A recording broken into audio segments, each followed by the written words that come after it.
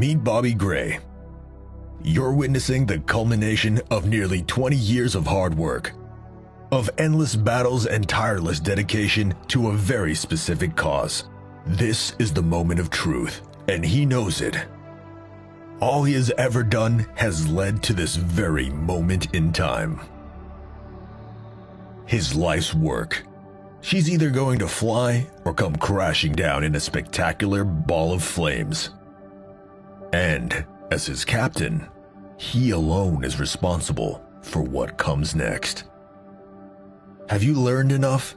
Thought of everything? Done everything you possibly could? He asks his younger self, the naive romantic he was when it all started for him. It was the year 2007. Bobby, like many other idealistic young men in America, had an awakening after watching the era-defining documentary Zeitgeist. In it, to his horror, they discovered that the institution that prints the US dollar, the Federal Reserve, is not under the authority of the US government as everyone assumed, but completely owned and controlled by a private group. Imagine for a moment how absurd it is that a shadowy group no one can name, a cabal of anonymous central bankers own and control the most powerful institution to have ever existed. Even a child knows that the one supplying the money is in fact the real boss. This unelected group that decided itself unaccountable to any authority is free to decide the financial and economic future of entire nations without ever having to answer to anyone. Since its inception in 1913, the Fed has devalued the US dollar by more than 90%. It is a humiliation ritual that the US government incurs debt, borrowing its own debased currency from these clandestine bankers. A debt the American people are liable for through taxation, paying with their own labor for something the Federal Reserve simply creates out of thin air. That's right. None of it is backed by gold, silver, or any commodity of intrinsic value. It is simply numbers and printed paper, utterly worthless by itself. And then they charge an interest on it, which the citizen pays with their own blood, sweat, inheritance, and property, reducing humanity to mere livestock incapable of escaping their tax farms. For Bobby, it was unacceptable that such a thing was allowed to happen and continue unabated in the supposed land of the free and home of the brave. He decided it'll be his life's mission to make money honest again and return it back safely in the hands of the people. He founded the American Open Currency Standard in 2008, an organization for promoting alternative, decentralized, and free market currencies. He collaborated with his personal hero, U.S. Congressman and presidential candidate Dr. Ron Paul, the only major politician with the same mission of auditing the Federal Reserve and returning the U.S. dollar to the American people. By Dr. Paul's invitation, Bobby became a congressional expert, speaking in the United States Congress as an expert witness on financial services and parallel currencies. And now we'll go to Mr. Gray. Thank you, Mr. Chairman and members of the committee. My name is Rob Gray, and I was asked to testify today on the theory of competing currencies and the practical challenges that make such a theory difficult or impossible to implement. For nearly 5 years now, I've successfully directed the American Open Currency Standard. Bobby became a big believer in precious metals as the perfect commodity for exchange. After all, it is what all the major civilizations used for thousands of years, just before the inception of the fiat system imposed by the Fed. He chose silver above gold to make it more accessible and affordable for everyday use. For more than 15 years, Bobby ran one of America's most prolific private mints, producing numerous silver coins of international renown. This was not just about silver bullion, but also about encouraging a more discerning public, as each coin illustrated an important historical, financial, or even political lesson. It was during this time that the American Open Currency Standard, in collaboration with MJB Monetary Metals, made a commemorative bronze coin of this novel digital token all the tech bros were getting excited about. All they had to go on was the double-stroked capital B at the center, and the need to have the design contain digital, futuristic elements. Artistic liberties were taken by their designer, adding intrinsic circuit board imagery to integrate and complete the overall image. Bobby didn't know at the time, but he had actually just produced what would become the most widely recognized image of the Bitcoin coin. Only now, looking back, it is clear that fate was trying to nudge him into a direction he was not yet ready to go. Bobby noticed a concerning trend.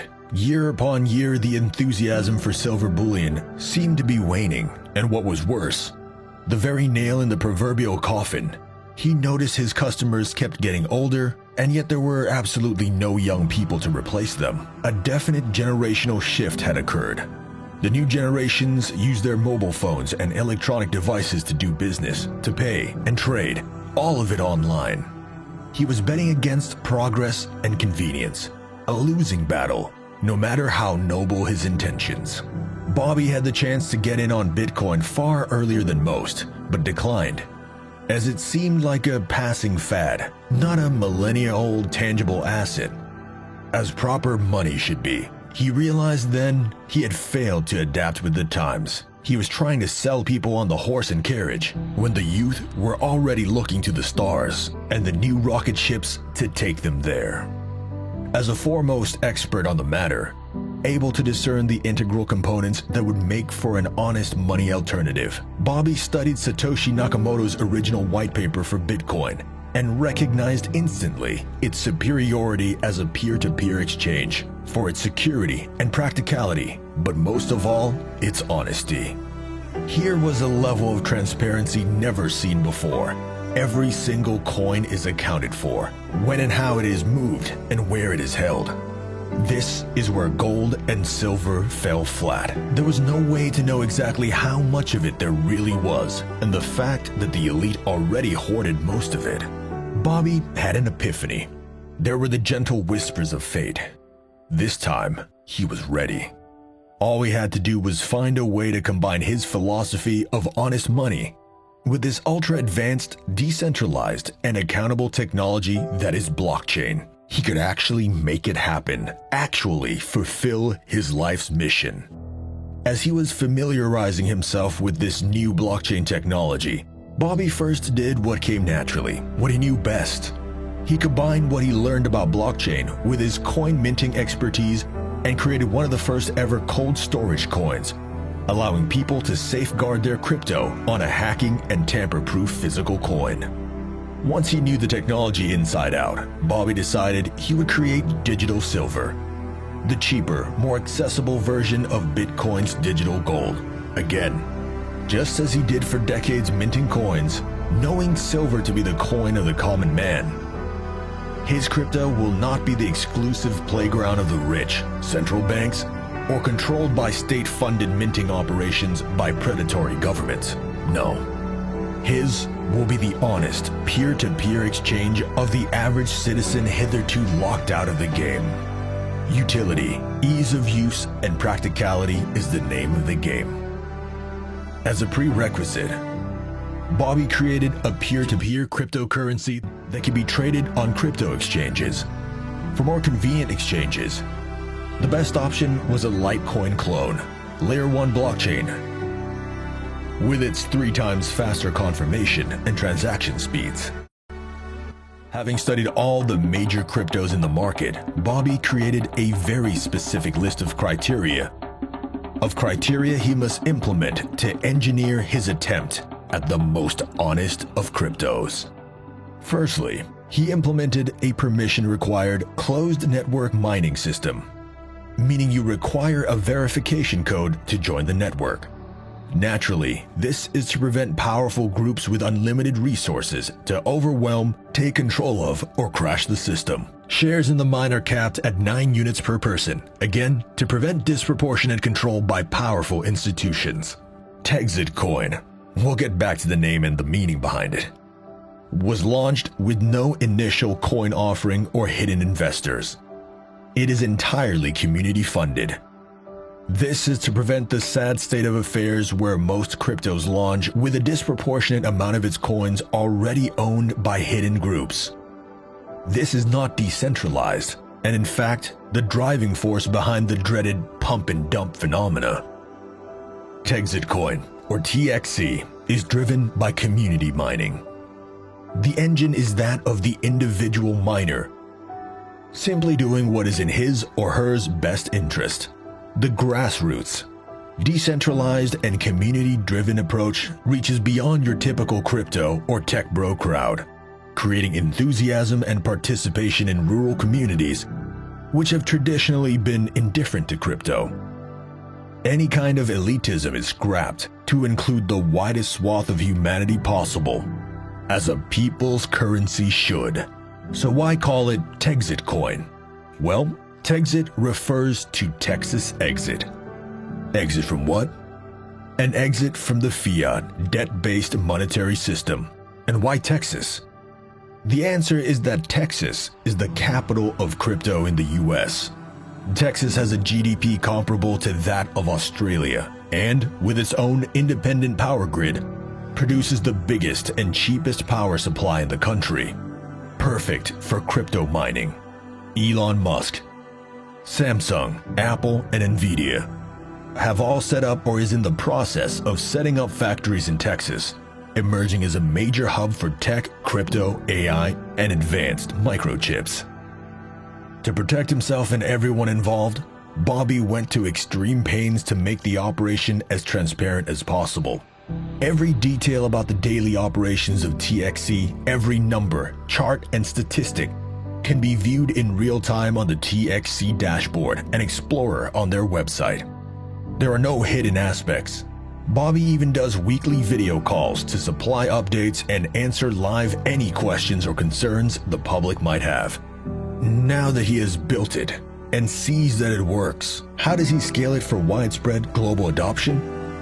Since there is a correlation between the value of the coin and the growth of the mine, one of TXC's main priorities is the massive expansion of its mining capacity.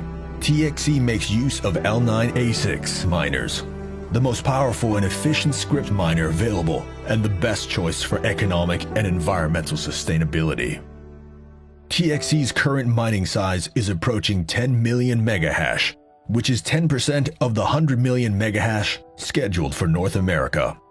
Fog hashing containers, the most advanced option in liquid-cooled computing and capable of holding 200 L9 ASICs miners each, are being set up in various locations across Texas.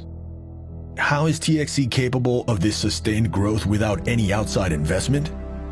Since stable growth is in the interest of the miners, they fund and actively participate in community outreach, promotion, and expansion of the mining infrastructure. Many treat it like it's their own private business. And in a fundamental sense, it is. Also, TXC's considerable computing contribution to the network results in increasing numbers of Litecoin and Doge awards as a bonus side effect of the operation. These free rewards by itself will soon be enough to pay all electricity costs for the mine. Bobby designed TXC so that growth is an integral component of how the machine operates. For instance, individual TXC miners use the coins they have earned to support the price of Texit Coin on the market to create liquidity. They only support it at a price they can maintain in order to then sell their coins at a profit. This organic synergy is the reason TXC have thus far grown in such a predictable, stair-step way, without major spikes or dips, as it is in the community's collective best interest to maintain steady growth. These are the fruits of decentralization, and since there are no hidden investors with a disproportionate stake, the possibility of massive spikes and sudden sell-offs are very unlikely.